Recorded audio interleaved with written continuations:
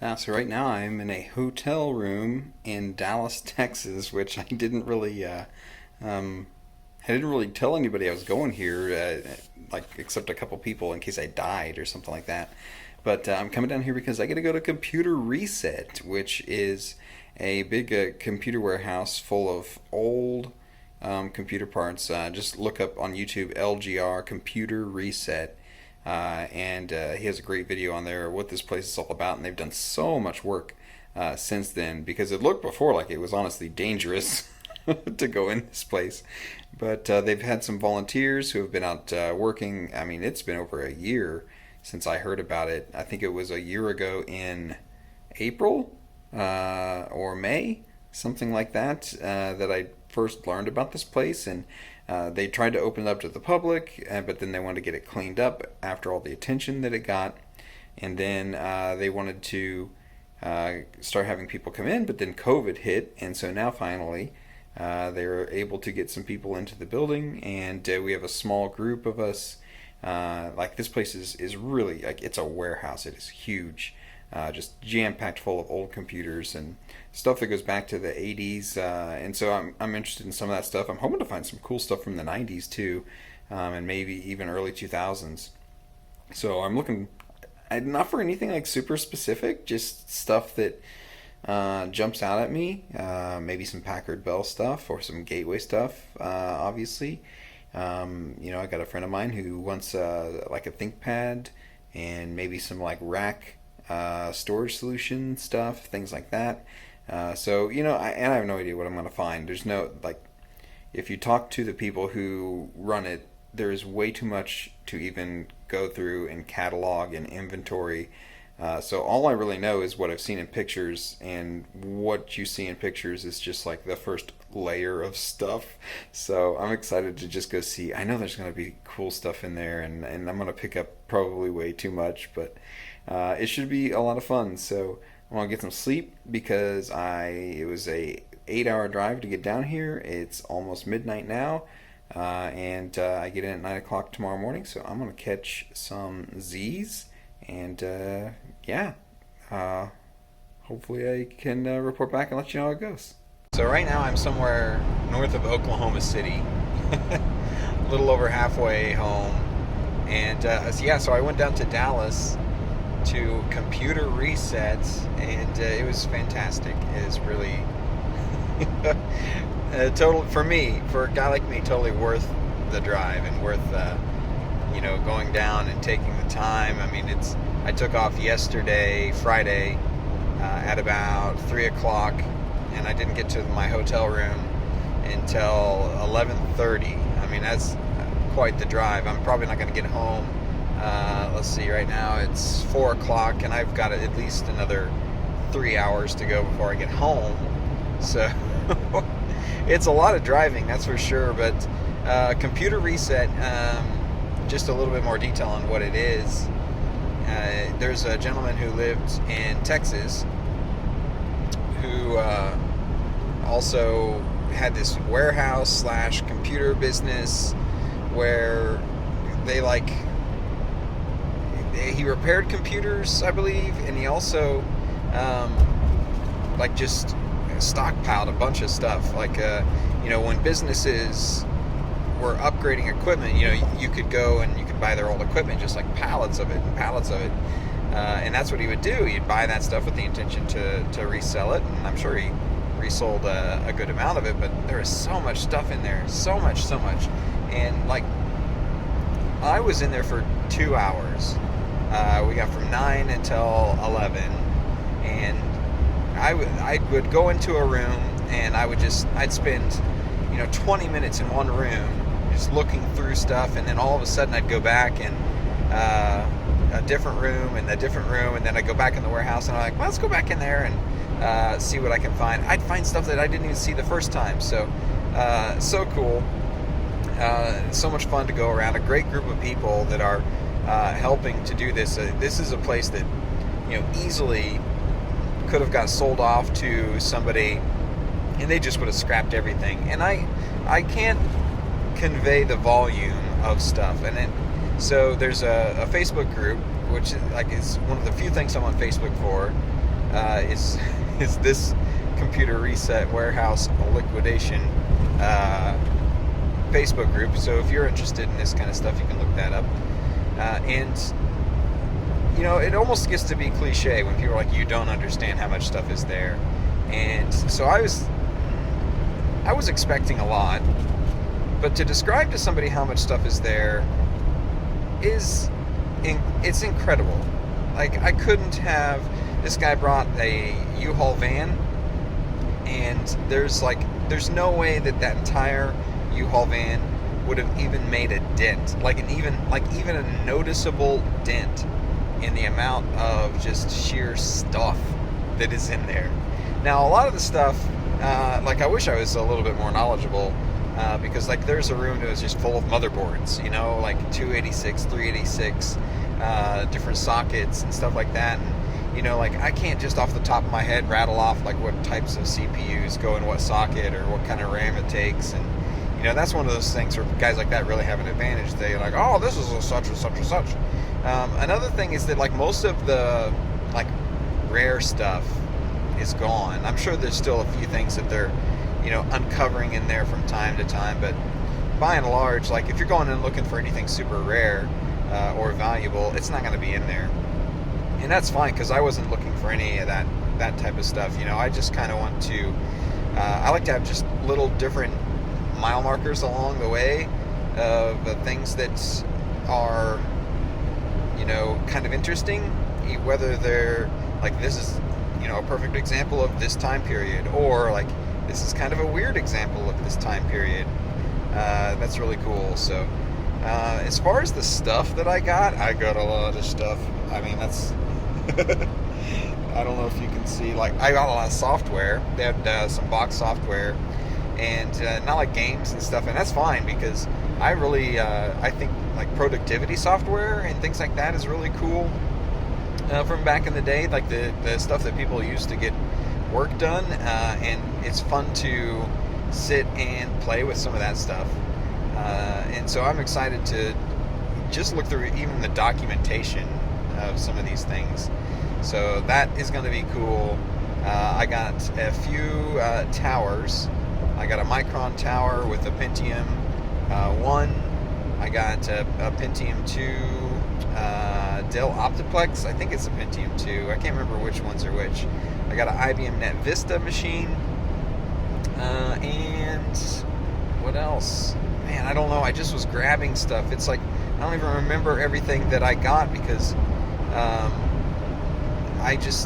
if I grabbed something, I almost didn't ever put it down, just because I was like, okay, well, I'll just go put it in the pile, and maybe it is what I think it is, maybe it's not, I don't know, because everything is,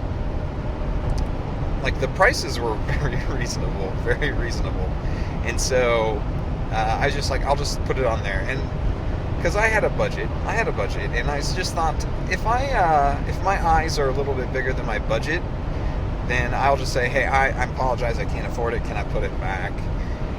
And that didn't actually end up being the case. Part of me is I wish I would have grabbed more, but also part of me is I've looked around and I feel like I got most of the stuff that, obviously off the top, just looking at it, it's yes, that's cool, I want that. Yes, that's maybe what I think it is, I want that. And so I don't feel like I went the wrong direction with anything. If anything, there's a bunch of laptops and stuff that I would have loved to have poured through, but that would have just taken so much time that you really just kind of look and see what's on the surface and move on. And if you're looking for anything specific, it just takes too much time. If you had a bunch of time to just roam around in there endlessly, sure, go through every laptop and see and pick the one that's in the best condition of the thing that you want. But I didn't have that kind of time, and so I just started grabbing stuff. And one of the cool things that I got to do, in addition to some of the stuff that I got, because I'll go through all that here later on, one of the cool things that I got to do is in Kansas City, the TWA Museum, for the the airline TWA that used to fly. Well, there's a museum in Kansas City, and they got these tapes that I can't remember what the format is. I'll have to look at it when I get home. But they have an archive of these tapes, and they have no idea what's on them because they don't have the right type of player. Like, it's not a VCR, it's not a real machine, it's some kind of broadcast specific format. And they're like, we have these tapes, they have labels on them, but we can't pull the video and the audio off of these tapes. Well, I got their machine. So that is not something that I bought. That's something that when they heard that I was from Kansas, they're like, hey, how far are you from Kansas City? I was like, well, I mean, not close, but I get up there once in a while. So I'm going to hold on to this machine for a couple of weeks. Again, I got to look it up and just see what it is. And I will take it up, and they can get cool stuff and add to their archive. And like, I'm contributing in some tiny, minuscule way to archiving history. That's really cool. I think that's really cool, at least. So I'm excited to be able to help out with that. And I'm excited to go through the stuff that I got and sort it and organize it. And like I got RAM sticks that I don't even know what they are. It's just like, this looks like maybe a thing I could use. And I got a stack of quantum hard drives that they probably all don't work. And if they do work, they're probably not too far from failing. But I picked them up anyway because I've got my SCSI to SD, but I need to go through and get that configured and set up, and I'll probably put that in my LC. But like, I've got a SE30 that I want to really go through and take a look at some of the stuff that needs done with that. And I only have one SCSI to SD, so hopefully these SCSI drives, at least one of them works for a little bit.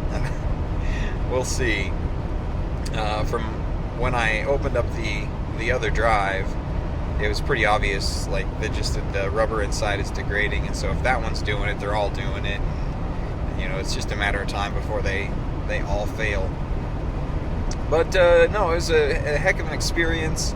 I didn't get to see any of Dallas other than just driving through, but holy cow, talk about a whole nother world. A small town country boy, and checking out the big whole city was something that was pretty remarkable too. So I wouldn't mind going back and actually spending some time there, centered around maybe another weekend when I could get in.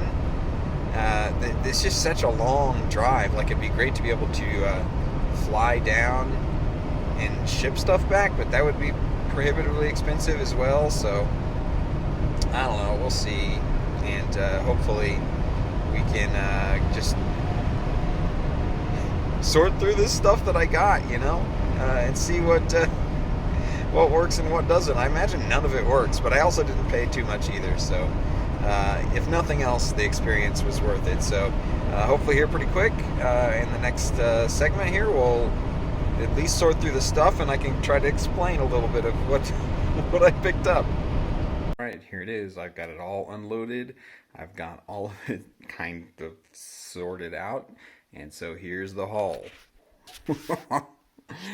Oh man. Okay, so where do we start? Let's start with the most obvious one, the bloody Mac monitor. Okay, it's not blood. It actually has kind of a sparkle to it. So they thought like maybe it's nail polish or something. And you're thinking, why would you pick that junk up? Because it is kind of junk. Well, the screen on this one works. The screen on this one doesn't. And this one is in a lot better shape.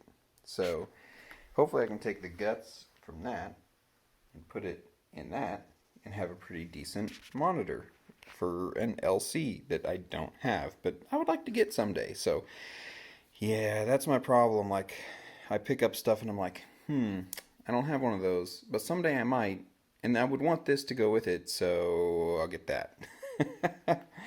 I found another gateway. Look at that. I just got my first gateway, and now I got another one. This one's a Pentium 3, as you can see. It is a E3400. So very cool. Looking forward to turning that on and see if it works. Like, none of this stuff may work because, I mean, this stuff is all like incredibly, I mean, it was all dirty. I've wiped most of this stuff down already, so we'll see. And a lot of stuff I just picked up because like it looked cool. I got this IBM Net Vista, which I got to do a little. All of the stuff would be just fun projects to go through and restore, and but I like the look of that. It looked really fun to play with. It's got a Pentium 4 in there. I picked up this Dell because as time has gone on, I really like this style of case design that Dell was doing, not only for their towers, but also they had some flat optiplexes and stuff like that. They had a few of those there. I should have grabbed one, but there was so much stuff you had to unstack to get to it, and I said, I don't know. What's on top here? Oh, this is just going to be like for show, I think. I say that it's for show, but I also picked up the power adapter for it. It's a 56K US robotics modem, phone modem. So I just like the looks of those, man, because like that's what the internet future looked like back in the late 80s, early 90s. And I'm looking forward to getting that cleaned up, and I have no idea what I would possibly use it for, but very cool stuff. This is a hard drive that goes in this computer, just in case it's bad. I mean, this might be bad too. All this stuff might be bad. Who knows if it works. I picked this up because this is an S3, but this is a Diamond S3 Stealth with 64 megabytes of RAM, which is, I think, twice what that computer over there has in it. So I might try to put that in and just see how it performs. And this is just a workstation card, but it's a, I don't, I just picked it up. So much stuff, like, you pick it up and you're like, well, I might as well just throw it in because it's all just going to be part of the pile. What do we got next on the table here? I spent a lot of time in the drive room, probably more than anywhere else, and so I just picked up some unique looking CD-ROM drives, some backup CD-ROM drives, nothing too special about that. I like Creative branded stuff. I don't know why, but pick that up. This is a Caddy CD-ROM drive, so I picked that up, and I do have some CD caddies that I could use to mess with that. So just kind of a cool looking drive. I picked this one up because, again, like I'd never seen a drive door like that. And then I picked this up. This is a 5.25-inch external floppy drive, and I picked it up because like I guess I could hook it up to anything that has a external port for it, and like on my old, what is it, the Zenith Z100, that might work on that. There was a ton of stuff for IBM machines there. I should have picked one up, but they were all pretty rough, so I passed on that. And then I picked up this Micron case because it's a Pentium 1 machine, which I don't have any Pentium 1s, and I have a Micron monitor that would match pretty well with that. So again, it's another one of those things that I tried to, if I looked at something for more than a few seconds, I was like, I might as well get it. So and then I picked up a stack of Quantum hard drives. I don't know that any of these are actually the SCSI hard drives that I need for my Mac, and all of these Quantum hard drives are surely, if they're not dead already, they're about to die. So I picked that up. I got this one just because it was looks to be a brand new 8 gig hard drive there. And then these are IBM stuff that may work in my Zenith. I'm not sure. We'll have to see. Back in the day, especially IBM stuff was almost all proprietary, and so I'm sure that it probably won't. But I mean, look how chunky these hard drives are. This is one hard drive. How cool is that? So very neat stuff. If nothing else, it's just a cool piece of history. So I got that. This stuff here I actually picked up from a friend, Beebs. IBM ThinkPad R60, right? Is it R60? Yes, it is. So that was in pretty good shape. It's not perfect. Nothing at Computer Reset was perfect. Except maybe this.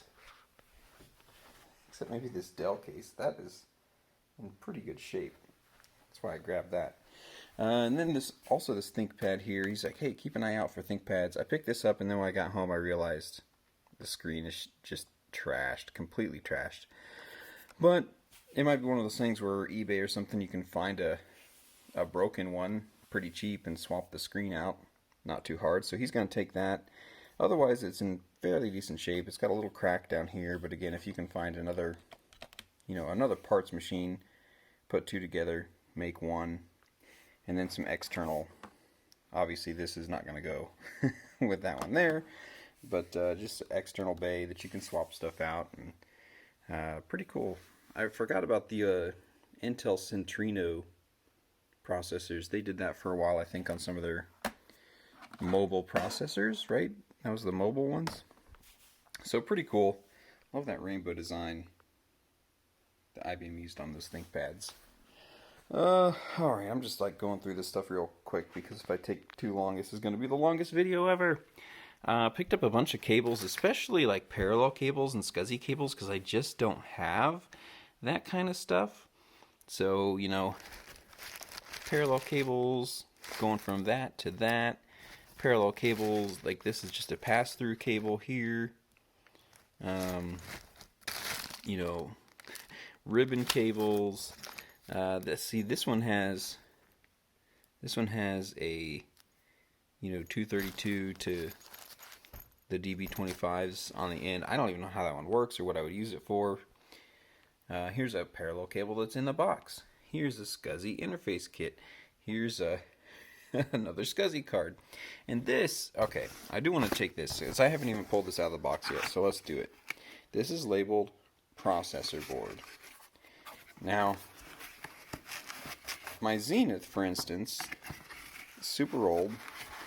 The processor is actually, hold on a second, here we go. I have to set you down.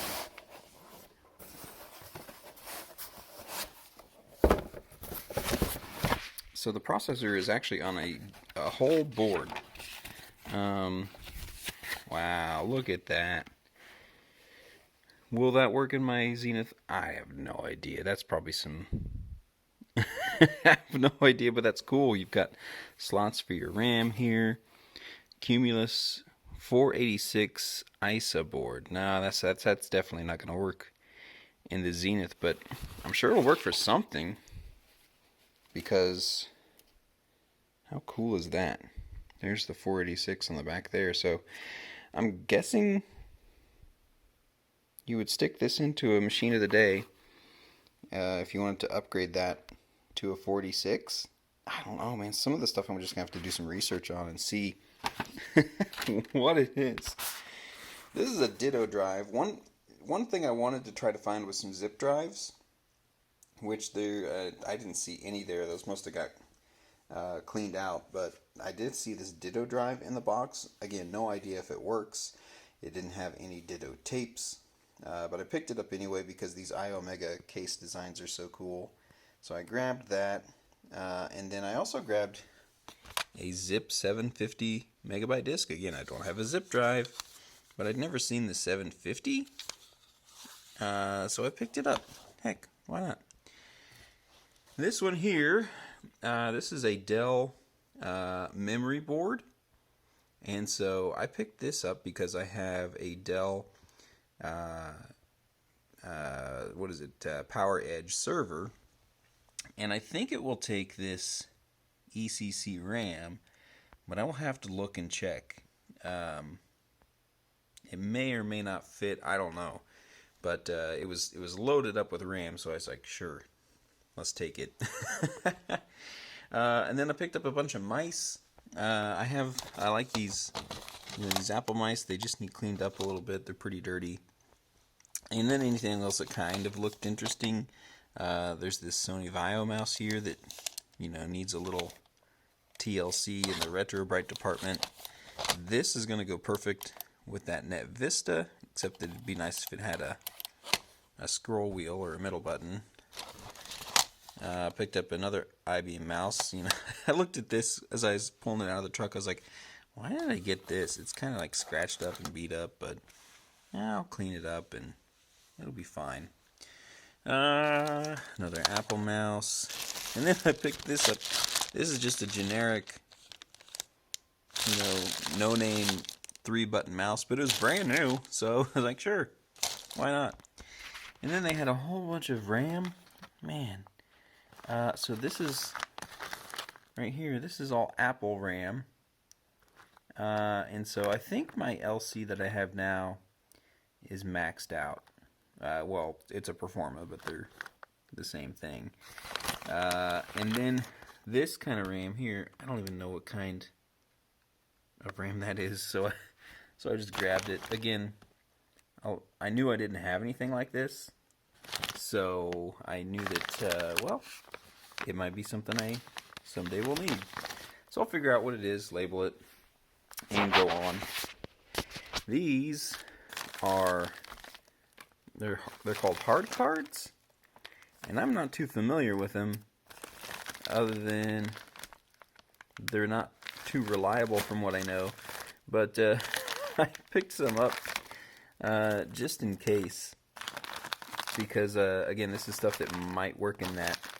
I'm not sure how compatible that Zenith Z100 is with IBM stuff, but if it works, I'll throw it in there, and it'd be nice to have a little hard card storage, I guess, for as long as they last.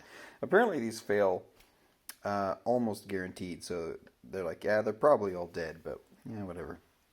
And then I found a Gateway keyboard, which I picked this up because this this logo will match the time period of that Gateway over there. I have the Gateway 2000 keyboard hooked up to that right now. So, okay, so much stuff. And then one of the coolest things is some of the software that I picked up. And I'm going to have fun going through this stuff, 'cause so much of this stuff is sealed. Some of it's been opened, some of it's complete, some of it's not. But like, look at this, Microsoft Mail for Windows for work groups. Now, like all this stuff, you can just go download off the internet, so the fact that I have this doesn't mean like, oh, now you can install these programs. I could have done that anyway, but look, what you don't get is all of this documentation. Like there's all of these. This is crazy. I love flipping through some of these manuals too. And then I got the Microsoft Mail server. So I'm curious to see if I can get this working with this, like server, client, and see and see if I can get that going. That would be a fun project for, to be honest with you, way down the road, but that will be fun. So Corel WordPerfect 8, I picked this up because I actually have this already. I have it installed on my, what is it, the Pentium 3 laptop that I have. And this is what we used as a kid. And it's got all the documentation in there. See, I don't even see the disc in there, but that's fine. Like, the disc isn't really what I was going for. I still have the disc. I didn't have all of this stuff, so clip art. Like, look at stuff that's lost to time, man. Lost to time, and no one cares about it but me, but that's fine. So it's part of my history, at least. And then so you got Corel WordPerfect 8, and then I picked up WordPerfect, and this is for something. I have no idea, but definitely older than that. So that'll be fun. And then WordPerfect for PC networks. Again, like, these are just big, heavy boxes full of paper. You know what I mean? Pre-owned software, 5 1/4, 360K discs included. So it just would be fun to, like, installing software was such a fun and sometimes frustrating experience back in the day, because you really felt like you were making your computer do something new that it couldn't do before. You know, now that you can just go download any software that you want at any time instantly off the internet, like, it doesn't have as much magic as it did back then. Like, you had to work and save, or go and have somebody make copies of discs at the very least, and then you physically would insert those into your computer, and then all of a sudden your computer could do something that it never did before. So I think it's so cool, and I love going through that process of inserting disc after disc after disc and configuring and flipping through the manual to see how you use the software. It's so cool. Look at this, Microsoft Encarta. That's going to be cool. I'm just looking forward to see, because that's another thing. Like Wikipedia, which is kind of what people go to now for their encyclopedia, research type needs. But this will never change. It's on a CD-ROM. It is the way the world was in what year? Let's see, 1992. 1992. So right there, that's a moment in time. I got Microsoft Works, but this is Microsoft Works for Apple Macintosh. So I can put this on my LC once I get that working again, which will be fun. I've been using just AppleSoft or Corel or whatever they called it, which is what was installed on the hard drive, now dead. But why have Microsoft Works when you could have Microsoft Works with Quicken? I can balance my checkbook on my Macintosh. So that'll be fun. Oh god, I picked this up. This has got to be junkware, but it makes such bold claims of doubles the speed of most CD-ROMs.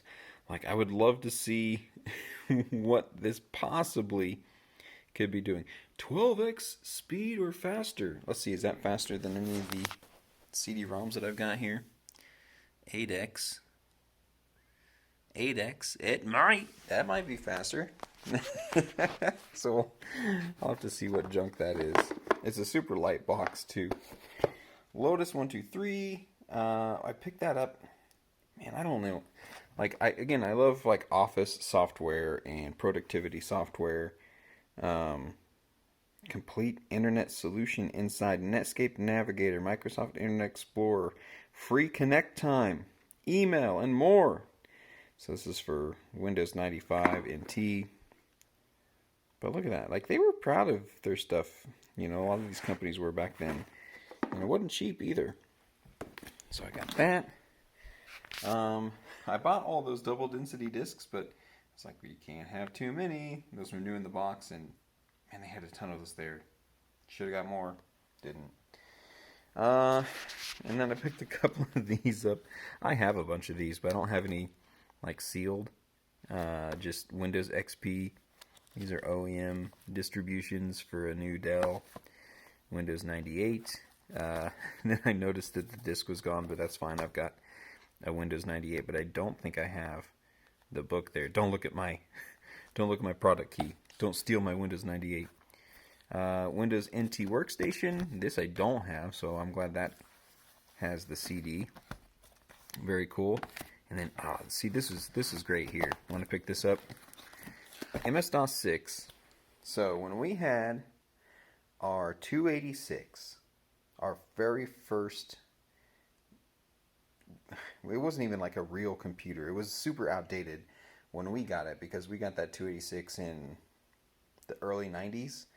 And I remember going to Hastings in Dodge City, Kansas, and we got, it wasn't 6, but it was 6.22, because it had like DOS 4 or 5 on it at the time. And we upgraded to 6.22, and I remember being like, this is going to be so cool, because I had some games that I wanted to run that wouldn't run on the version of DOS that I had. So I don't think I bought it. Did I convince my parents to buy it maybe? I don't know. But I remember this logo and just looking at that at Hastings until one day we had it and put it in, and then my computer didn't have enough memory to run the games I wanted to run anyway. So I'm sure my parents were somewhat frustrated with that. And this is, again, something stupid. Why did I pick up? I don't know. You know, when Emma and Luke are going through my stuff, like, guaranteed this goes straight in the trash. But the reason I got it is because I want to get a printer like this someday. I didn't see any at Computer Reset. This is the DeskJet 600C. So it doesn't need to be exactly a 600C, but I always liked this style of inkjet printer. And finding one that works is going to be even harder. And it's not that I don't know how to use these things, but again, I love documentation. I love this stuff that comes from a time. Like, look at this. You've got 61 pages. More than that. Well, how many pages do we got here? Let's look. 86 pages for your printer. And it's all in English. It's not like there's multiple languages in there. Like, who's going to read that cover to cover? But it's there. I love it. Microsoft Publisher 2000. So this will be... I would love to, like, make stuff and on this old software and distribute it. I mean, this is sealed. Sealed copy. You know, Windows XP or whatnot. Is that Windows 98? I guess XP didn't come out until about 01. Microsoft PowerPoint. Look at that. $129 suggested retail price. Requires Windows 3.1. Brand new in the box. And heavy. Like, these are like textbook heavy.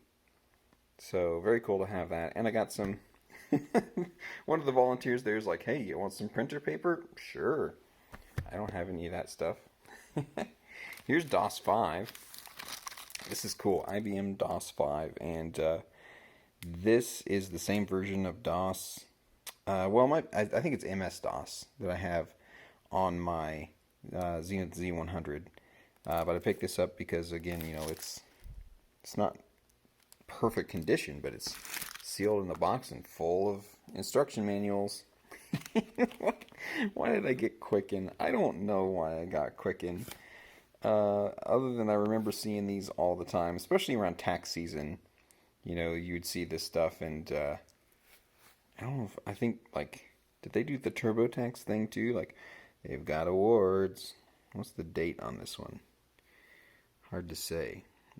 I thought they used to put, like, Quicken and then the year. Oh, here we go. New for 96. Online banking. Whoa. See up-to-date balances in which checks have cleared. Transfer funds anytime. Pay bills online for less than the cost of a stamp. All with this special software? See, look at this. I remember seeing this stuff, and the thought of writing a check on your computer and, like, making it do things in the real world, like, as actual money, blew my mind. Microsoft Learning DOS. So I picked this up because I'm sure it's got stuff in there that I could learn about DOS. Heck, I don't know everything about DOS, but includes lessons on MS-DOS version 5.0. So that will be fun to play with as well. And then this, man, look at that artwork. Isn't that great? IBM. This isn't, again, this is DOS 3.2, which I might put this and see if I can get this working on the Zenith, because DOS 5 on that thing is a little sketch. Like, it reports back that I have like 360 megabytes of RAM, which is not even possible on that hardware. So maybe this version might work a little bit better. But again, it's got all of the documentation that goes with it. I just love those manuals, man. I love it so much. And speaking of documentation, I picked up some books. I remember these Idiots books. I had one on DOS, and that's what I learned from on how to run that computer, that 286 that we had back in the day. And I just, like, I love seeing some of these stuff, putting a border around your picture, improving image quality. They got screenshots in here. And these were really worded in pretty plain language that you could understand compared to some of the more technical stuff that was in the manuals. XL97. Look at this. Look at this one here. The Windows 95 Study Guide. Right? Okay. Now, look at that. Who is going to read this? Who is going to go through all of that stuff? I mean, when I was a kid, like, you just start clicking around, but it's all in here.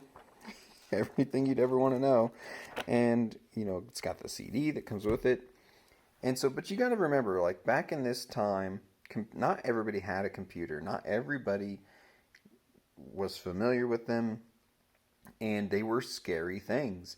And the way you learned up until that time is you get a book. You go to the library, you read, you learn about the thing, and that's how you gain the knowledge, right? And so I love how this is from a time where computers are just starting to become prevalent, and I can just see somebody like, I really need to get on board with this whole Windows thing that everybody's doing. Let me get a book about it. That's just fantastic. And then last thing here that I picked up, Netscape Communicator 6-in-1.